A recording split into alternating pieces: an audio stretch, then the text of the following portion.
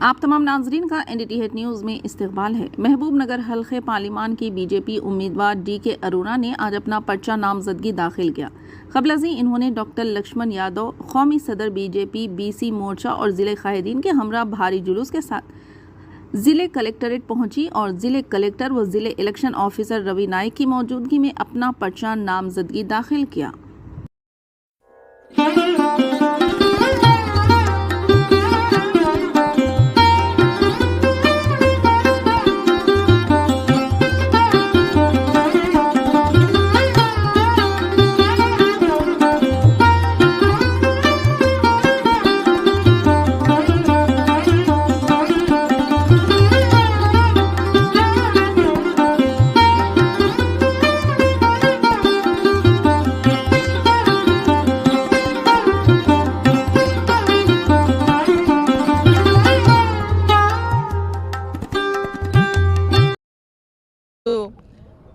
Nomination ని దాఖలు చేయడం జరిగింది। మరి ఈ రోజు ఈ నామినేషన్ ప్రారంభమైనటువంటి మొట్టమొదటి రోజు నేను పాలమూరు ప్రజలకందరికీ నేను తెలియజేయదలుచుకున్నాను।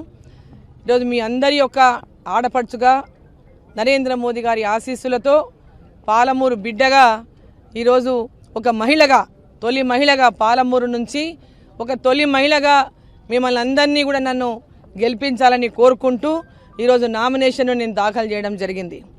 మరి ఈ రోజు దేశవ్యాప్తంగా కూడా ఎక్కడికి వెళ్ళినా ఎవరిని మాట్లాడినా ఏ ఊరికి వెళ్ళినా ఏ పట్టణానికి వెళ్ళినా ఏ అంటే చిన్న పిల్లగాన్ని అడిగినా నిరుద్యోగిని అడిగినా పేద అక్కని అడిగినా అమ్మని అడిగినా తాతని అడిగినా అవ్వని అడిగినా ఎవరిని అడిగినా ఒకటే మాట, ఈ ఓటు ఇది దేశం కోసం, ఈ ఓటు నరేంద్ర మోదీ గారికి అనేటటువంటి మాట ఎక్కడికి వెళ్ళినా మనం చెప్తున్నటువంటి మాట మనం వింటూ ఉన్నాం। ఇది అసెంబ్లీ ఎలక్షన్లు కావు, ఈ రాష్ట్రం కోసం జరుగుతున్నటువంటి ఎన్నికలు కావు, ఇది దేశం కోసం జరుగుతున్నటువంటి ఎన్నిక। ఈ దేశంలో ప్రధానమంత్రిగా నరేంద్ర మోదీ ఉండాలని ప్రజలు కోరుకుంటున్నటువంటి ఎన్నిక। మరి ఈ ఎన్నికల్లో మహబూబ్ నగర్ పార్లమెంటు నుంచి నరేంద్ర మోదీ గారు రాబోయే పార్లమెంట్ ఎన్నికల్లో ఘన విజయాన్ని సాధించి ఈ దేశ ప్రధానిగా 100కి 200% ప్రధానమంత్రిగా మళ్ళీ కాబోతున్నారు। మరి పాలమూరు ప్రజలు ఇప్పటికే పెద్ద ఎత్తున నష్టపోయినారు। నరేంద్ర మోదీ గారు గత 10 సంవత్సరాల నుంచి దేశ ప్రధానిగా దేశానికి పెద్ద ఎత్తున సేవలు అందిస్తున్నా ప్రతి రాష్ట్రానికి పెద్దగాలకు కుల మత భేదాలు లేకుండా పాలమూరుని అభివృద్ధి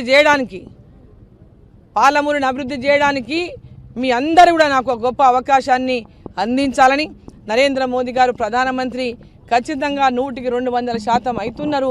మన పాలమూరు పార్లమెంటు నుంచి కూడా ఆ 400 పైన గెలిచేటటువంటి